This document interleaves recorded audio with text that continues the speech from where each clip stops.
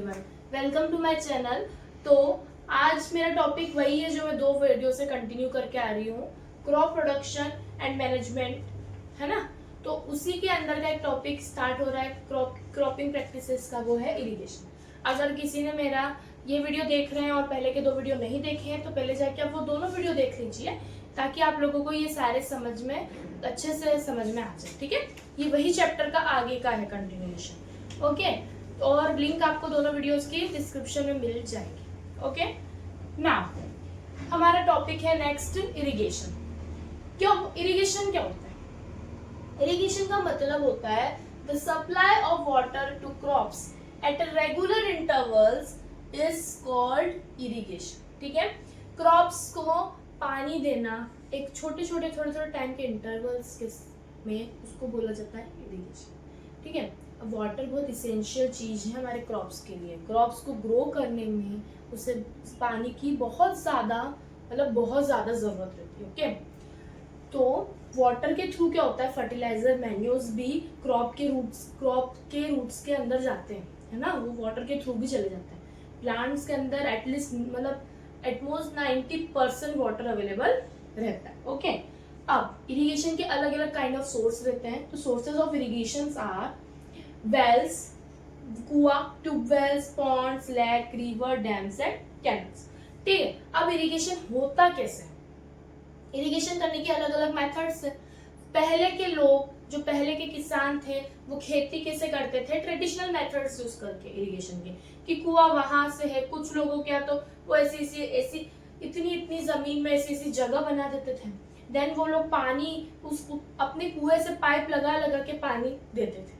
ठीक है, traditional method है मोट, पुली सिस्टम, चेन पंप लगता था, ढकेली, राहत, ये सारे ट्रेडिशनल मेथड्स थे इरिगेशन की। Okay, now modern methods of irrigation. अभी तक हमने ट्रेडिशनल मेथड्स पढ़ ली इरिगेशन की।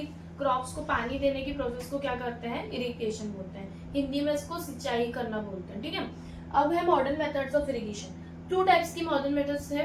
पहला है स्प्रिंकलर सिस्टम और दूसरा है ये ड्रिप सिस्टम। स्प्रिंकलर सिस्टम में क्या होता है कि आपका मेन सोर्स तो रहता है पानी का, वहां से मेन पाइप अटैच होके आपके हर जगह पे थोड़े परपेंडिकुलर शेप में पाइप लगे रहते हैं। उनके ऊपर एक नोजल लगी रहती है जो स्प्रिंग करती है क्रॉप्स पे, थोड़ा पानी देती है। ठीक है, the perpendicular pipes having rotating nozzles, rotate करती भी जाती है वो। ठीक है, on top are joint to the main pipeline at regular intervals. तो ये है sprinkler system.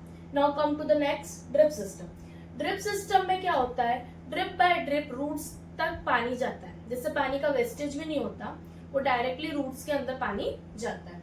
In this system the water falls drop by drop directly near the root, so it is called drip system. Okay, protection from weeds. अब हमारा next topic है protection from weeds. अब क्या होता है, फील्ड में तो हमारे क्रॉप्स उगते जाते हैं। ठीक है, उनके साथ ऐसे कुछ अनवांटेड प्लांट्स भी रहते हैं जो उनके साथ ग्रो कर सकते हैं।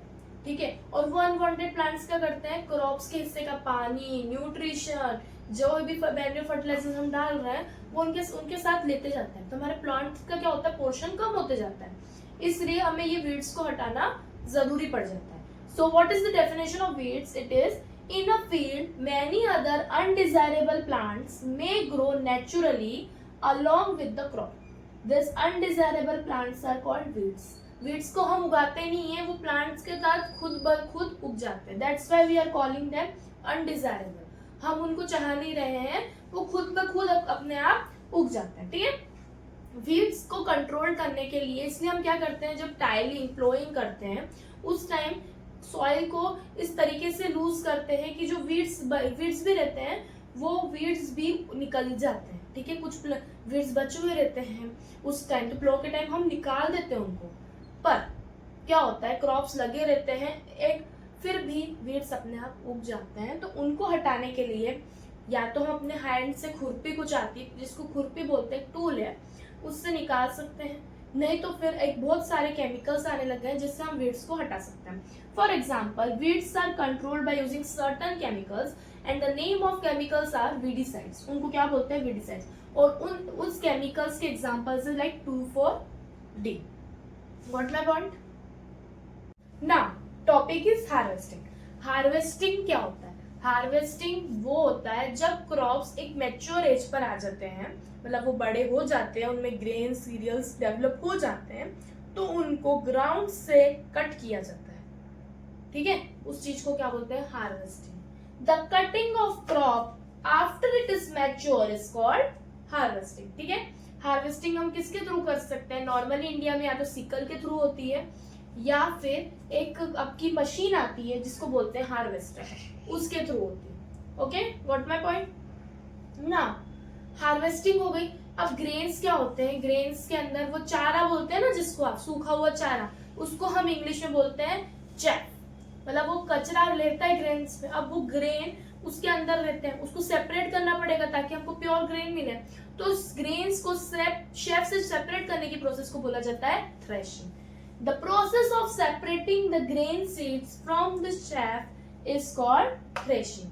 एंड थ्रेशिंग की भी एक मशीन आती है जिसको थ्रेशर बोलते हैं, और एक मशीन कंबाइन आती है जिसको में हार्वेस्टिंग भी हो जाती है और थ्रेशिंग दोनों हो जाती है। ठीक है,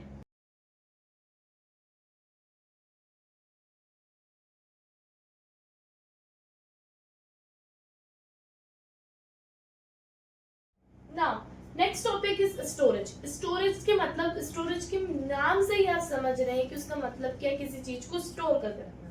हार्वेस्ट कर लिया क्रॉप्स को, ग्रेन्स मिल गए।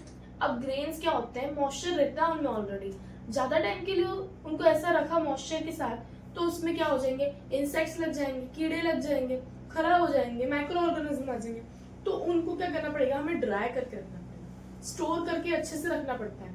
अगर आप चाहते हैं कि आपके ग्रेन 3 to 4 मंथ्स स्टोर करके रहे ताकि फार्मर्स अच्छे से बेच पाए, तो उनको पहले ड्राई करके रखना पड़ेगा, बहुत सारे प्रिकॉशंस यूज करने पड़ेंगे ताकि हम उसको अच्छे से स्टोर कर पाए।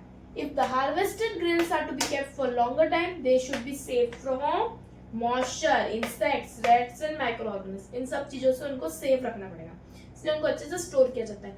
लोग ऑन मीन्स फार्मर्स क्या करते हैं? लोग नहीं, फार्मर्स क्या करते हैं? बड़े बड़े सीलोज रहते हैं उनके पास, ग्रेन्स रखने के लिए बड़े बड़े जूट के बोरे रहते हैं। तो पहले क्या होता है? उनको मॉइस्चर से, उनको कड़ी धूप में, सनलाइट में सुखाया जाता है। ठीक है, ताकि उनके अंदर से मॉइस्चर सन कैच कर ले। ताकि कोई मॉइस्चर नहीं बचेगा तो कोई इंसेक्ट उसके अंदर जल्दी से आ भी नहीं पाए। और फिर उसके साथ उनके साथ नीम की लीव्स भी डाली जाती है। वीट के ग्रेन्स के अंदर कोई लोग नीम की वो डालते हैं लीव्स, कुछ कुछ और कुछ रखते हैं ताकि साथ में कोई कुछ इंसेक्ट्स वगैरह ना आए। ठीक है, यही होगा आपका स्टोरेज का point completed. Next topic is food from animals. Foods, और ये फूड क्या होता है? प्लांट्स से तो मिलता है, लेकिन एनिमल्स से भी मिलता है। एनिमल्स से आपको कौन कौन सा फूड मिलता है? मिल्क मिलता है ना? प्लांट से मिल्क नहीं मिलता, अपने को किससे मिलता है? एनिमल्स से मिलता है। ठीक है, और कोई लोग नॉनवेज भी खाते हैं तो उन लोगों के लिए चिकन, फिर देन एग, ये सब हम लोगों को एनिमल्स के थ्रू ही मिलता है। Food is also obtained from animals for which animals are rear. मतलब कि फूड्स मिलता है एनिमल्स से जिसकी वजह से एनिमल्स को भी पाला जाता है और उनको बेचा जाता है। और इस वाली प्रोसेस को बोलते हैं एनिमल हस्बेंड्री, मतलब एनिमल्स का पालन पोषण करके उनको बेचना। ठीक है, तो इसके साथ हमारा चैप्टर यहीं कंप्लीट होता है। अब मैं आपको नेक्स्ट चैप्टर पढ़ाऊंगी, चैप्टर 2 ऑफ क्लास 8। ये आप लोगों को एक एक पॉइंट जो भी थे प्रैक्टिसेस क्रॉप प्रोडक्शन के बारे में, मैंने आपको एक एक करके समझा दिया। मेरे 3 पार्ट्स हैं, आप तीनों पार्ट्स देखिए जाके। ठीक है, आपको लिंक सबके डिस्क्रिप्शन में मिल जाएगी। ओके, अगर आपको ये सारे पार्ट्स अच्छे लगे और इससे आपको हेल्प हुई आपके एग्जाम्स में पढ़ने में, तो प्लीज मेरे चैनल को सब्सक्राइब कीजिए, बेल आइकन को क्लिक कीजिए, लाइक कीजिए, और अगर आपकी कोई भी क्वेरीज हो तो प्लीज कमेंट कीजिए। Thank you.